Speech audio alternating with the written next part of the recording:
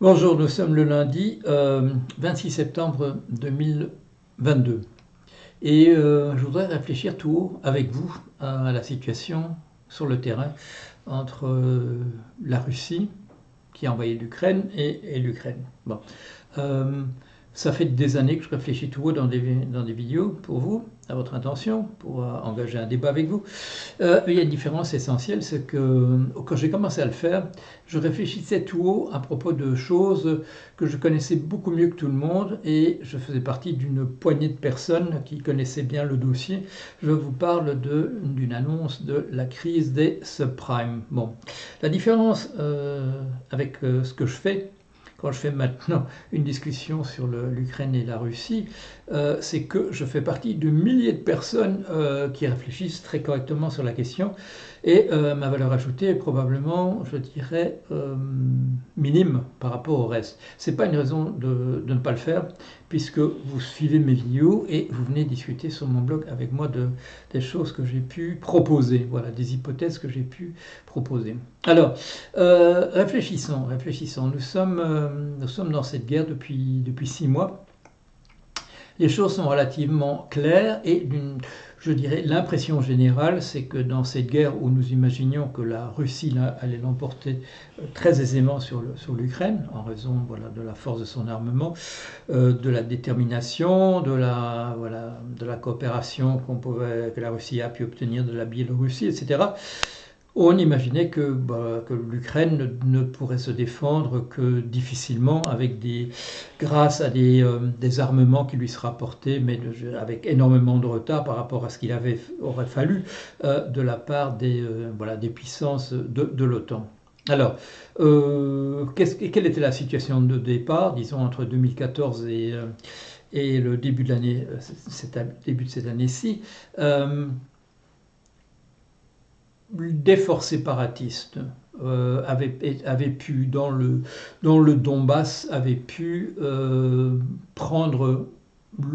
un pouvoir relatif dans une région, si bien qu'une partie de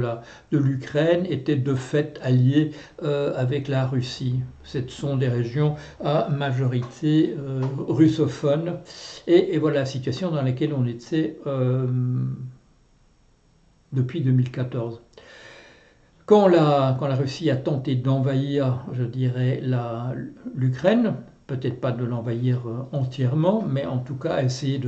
d'envoyer des forces de commando pour prendre le pouvoir à Kiev, on avait le sentiment qu'il s'agissait de provoquer un changement de régime à Kiev, que des pro-russes prennent le pouvoir et reconnaissent, selon les termes de la Russie, que l'Ukraine a toujours fait partie, de temps immémoriaux, a fait partie de la Russie, ou en tout cas d'un empire russe qui contiendrait à ses marges, en tant que marche des provinces, voilà, des provinces lointaines, mais lointaines du centre de Moscou, de Saint-Pétersbourg, mais qui constitueraient quand même de fait des parties de l'Empire russe. C'est pas ça qui s'est passé et il y a quelques semaines, depuis quelques semaines, on a le sentiment que s'il s'agissait de gagner sur le terrain, mis à part les menaces d'intervention d'armes de type thermonucléaire de la part de la Russie, qui possède ces armes, l'Ukraine ne les possède pas. Elle les possède, je dirais, de manière peut-être, comment dire, par approximation, du fait que les puissances de l'OTAN sont venues à son secours et que l'OTAN dispose aussi de ces armes nucléaires. Mais ce que l'on a vu surtout, c'est que non seulement les forces ukrainiennes ont repris du terrain par rapport à ce qui avait été au-delà du Donbass, une présence de la Russie sur le territoire ukrainien, mais il semble, on en est revenu pratiquement, je dirais, les puristes vont ergoter par rapport à ce que je viens de dire, mais on en est revenu un petit peu à la situation de 2014. Et d'une certaine manière, la Russie semble, avec cette proposition de choses qui se passent en ce moment, d'un référendum à l'intérieur de ces provinces sous domination russe en ce moment, de décider des confirmations sur le terrain du désir de ces populations de vouloir appartenir à une Russie, mais une Russie large, mais qui ne serait pas du tout la Russie plus l'Ukraine, simplement ces provinces supplémentaires de Donetsk et de Luhansk. Et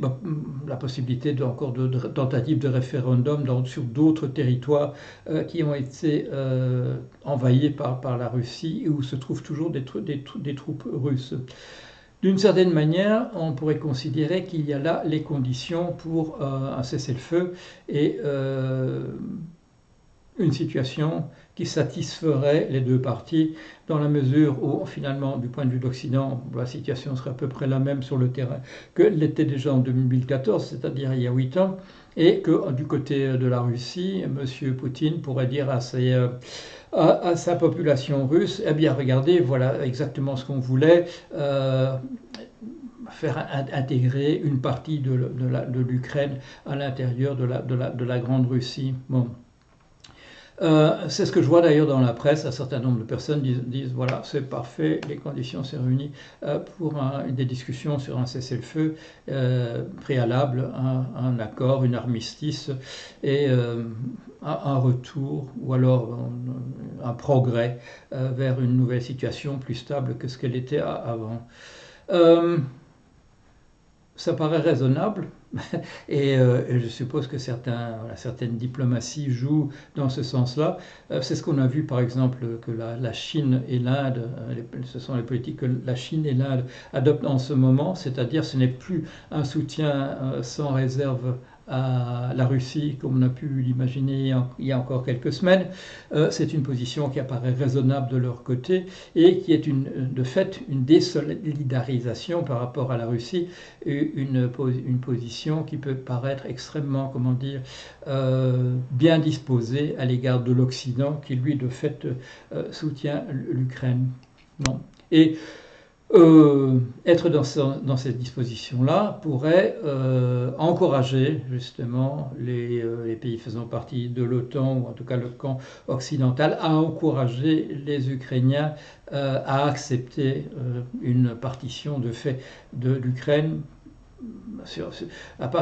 des frontières pas très différentes finalement de celles qui existent de fait sur le terrain depuis 2014. La difficulté, parce qu'il y a quand même des difficultés considérables, c'est qu'on a vu M. Poutine depuis. C'est pas comme si rien ne s'était passé. Je ne parle pas de ces menaces thermonucléaires qui finalement n'ont pas changé beaucoup. Ce sur quoi il aurait gagné, c'est qu'il aurait de fait, vis-à-vis d'une certaine opinion, vis-à-vis de laquelle, par exemple, quand on pense à l'Inde et de la Chine,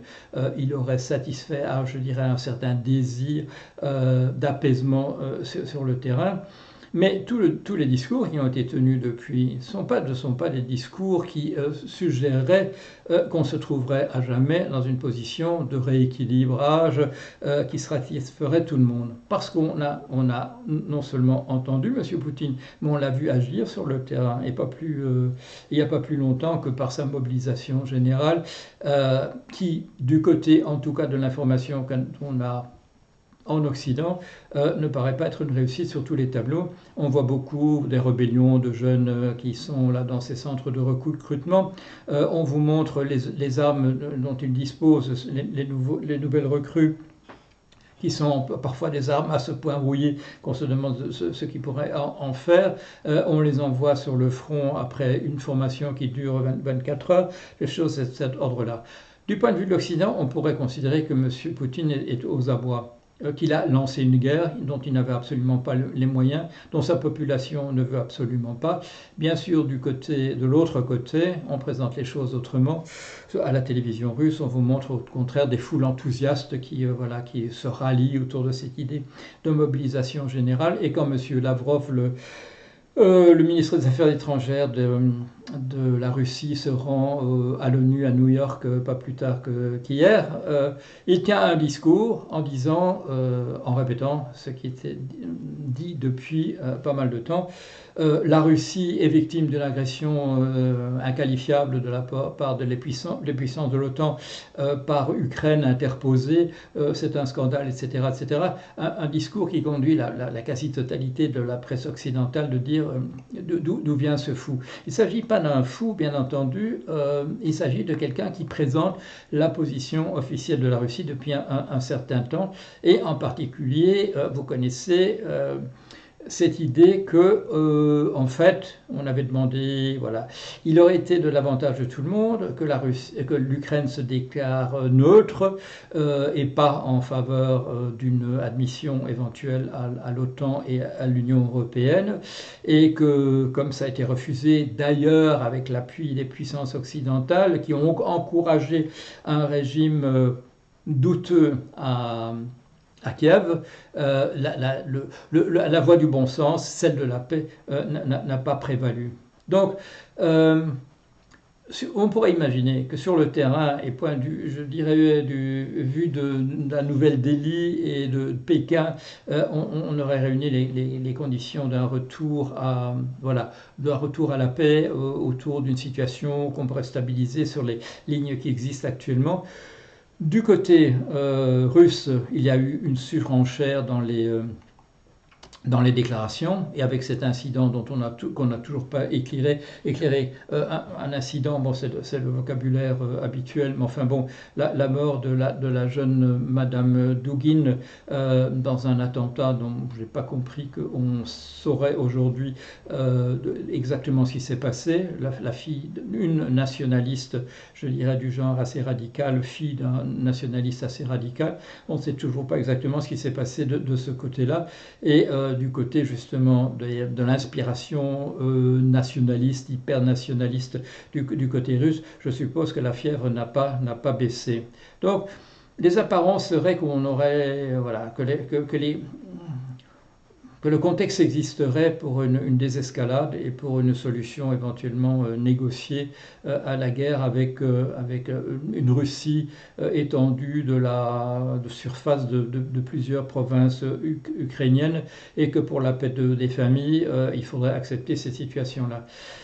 Mais les discours sont montés des deux côtés, et du côté de l'Occident, il y a une crainte véritable, bien entendu, que ce monsieur Poutine, s'il n'est pas mis, je dirais, voilà, sur la touche, lui mis sur la touche n'étant pas la garantie qu'on ne retrouvera pas des hyper-nationalistes de son genre à la tête du pays rapidement, on n'est plus dans l'illusion, en tout cas dans laquelle était l'Occident, que la Russie, sous la forme, voilà, d'une des républiques de l'URSS, avait perdu définitivement la guerre froide aux alentours de 1990, et que depuis, ce pays avait compris quelle était sa place, une puissance relativement mineure, et qui devait laisser les autres tranquilles, et en particulier laisser des pays autour de son ancien empire, au sens des pays satellites de l'URSS, plus les pays satellites de l'URSS, s'armer, rejoindre l'OTAN,